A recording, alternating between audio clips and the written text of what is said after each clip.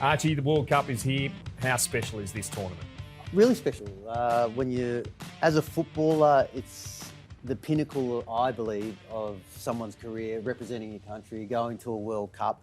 And it excites fans. It's a real meaningful competition, and it unites your country, and something special about a World Cup. The Socceroos' fifth straight appearance at the World Cup. We haven't made it out of our group since 2006. Realistically, what are our chances? Well, it's tough. It's going to be tough. And, I want to be optimistic and say, this is a good team that can set up right. We can really get results that we need to hopefully get us through that group stage. It's always difficult. We were a golden generation, went over there. No one really knew what to expect. We didn't set the world on fire with our performances, but we just really dug deep, a lot of grit, and I believe that's what this Socceroo team need to get through to hopefully the next phase. France, they've got some injury concerns. Yes. Denmark, Tunisia. What's our best chance of getting 3 points? Well, when you think of France and the quality that they have, Pogba, Kante, they're huge players to lose in the central of that midfield that really run the show. Kante, the engines to be able to run up and down, get into the box, break up a lot of attacks from other opposition.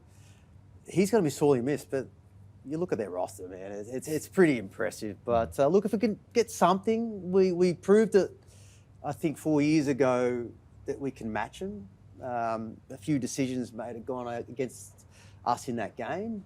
We've got the quality there. I just believe we have the right team out there in form. Anything can happen in a World Cup.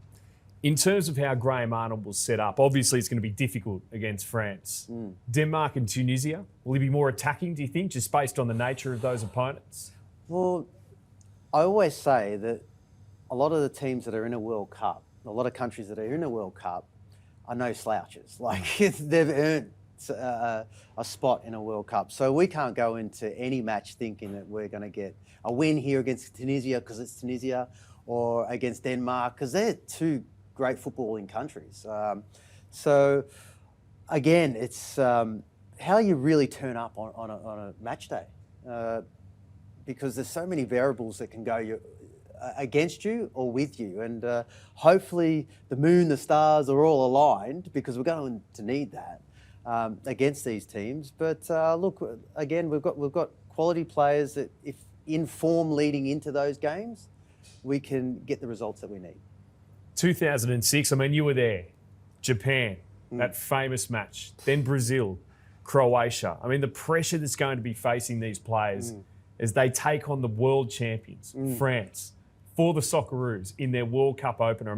How do you cope with that sort of pressure? Well, it's not easy. It's not easy because you have expectations of your own performances and what you want to do. And as a team that maybe a lot of people don't see behind the scenes, but it's the expectation of a country, and it's the expectation of football fans that, and let's be honest, we all have expectations of being this, but really it's that. So, like I said, anything can happen in a World Cup, over 90 minutes, but it's the moments, those occasions that present themselves in a game that need to be taken. And you wouldn't be in a squad, you wouldn't be in a Socceroo team if a coach didn't believe in you, that when that opportunity came, that you could take it. Jamie McLaren setting the world on fire in the A-League, just guy seemed to score every single week. And you got some of these young players that are coming through, Marco Tilio, Qual. I love the story of Central Coast Mariners, Cummings. These are real opportunities for these guys to, I guess, make a mark on the world stage, and you put a little bit of that selfishness that you want to. What can happen after a World Cup? It can change your life. It can change your life. We've seen it with the 2006 World Cup. A lot of players went on to EPL clubs or Serie A, or had long careers in Netherlands. Like it's this is an opportunity not just as a country, but individually to start something special. You mentioned some of those top European leagues. We don't have as many playing as we did in the golden generation. How do we change that? Why has that been the case? I think it's the way that football evolves.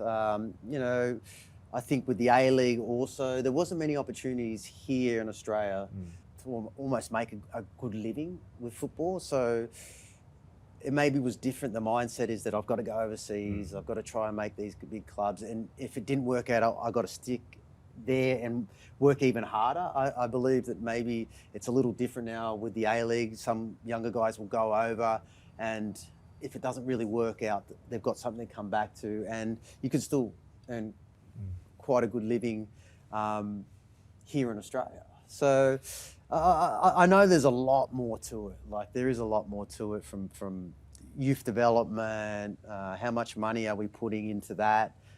Some pathways that are maybe lost that we had as the golden generation. And yeah, I just believe once we sort out that, I know there's good people, good football minds that are in Football Australia at the moment that want to try to reconnect a lot of that.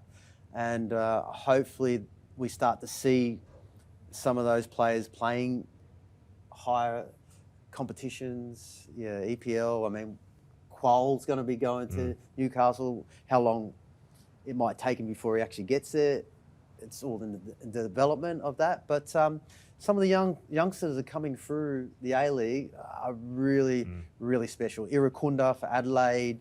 Man, that guy's going to be a freak. So look, I think the A-League gives opportunities, but sometimes it maybe lessens it because if you know, before it used to be you go over work, you just got to work even harder, and you've got really nothing to come back to. A-League you do, but time will tell. Time will tell. Your own Socceroos career, down memory lane. Socceroos debut, 2001. You're given the shirt to play for Australia against Colombia in Bogota. Exotic destination. Intimidating, I'm sure. Tell us about it.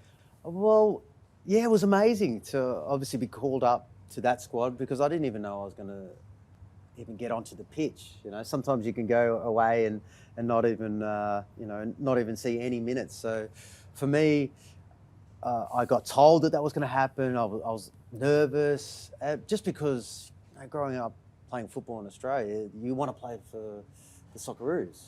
And so when that opportunity came, it was fantastic. I mean, look, the crowd wasn't as insane as what we usually see with maybe Colombians and the way they support their team. But still, it's a night that I won't forget. And, you know, it kick-started on a good career with the Socceroos. The same year, 2001, American Samoa. Yeah. You score 13 goals. Yeah. Tell us about that experience. Well, it didn't help me because I wasn't in the squad that took on Iran, so that didn't help me at all. But look, it was against opposition that were fantastic, and I only found out this year actually that there was a lot of obstacles that team had to go through, and a lot of their good players weren't there, so they had to really use a young team. And you could tell because they weren't good at all. But, mate, look, I wanted to go to a World Cup. I wanted to obviously impress the coach there. And even my strike partner, I think it was Zrilic, ended up getting 9 goals. So, like, only 4 off me. He could have had a World Cup too, world record too. But no one can take that away from me. Certainly no one can take away from you what occurred against Uruguay in 2005. One of the crowning moments in Australian football history, no doubt. And, you're a part of it. The famous save from Mark Schwarzer, the famous penalty shot from John Aloisi, and then afterwards, partying with John Travolta in the dressing rooms there in Homebush. Tell us about that. Yeah, pretty amazing. I think we were more impressed about John Travolta being in the change room than actually qualifying and putting a 30-odd year drought to representing Australia in a World Cup. Like, yeah, it was a great night. Like, everyone remembers where they were on that night.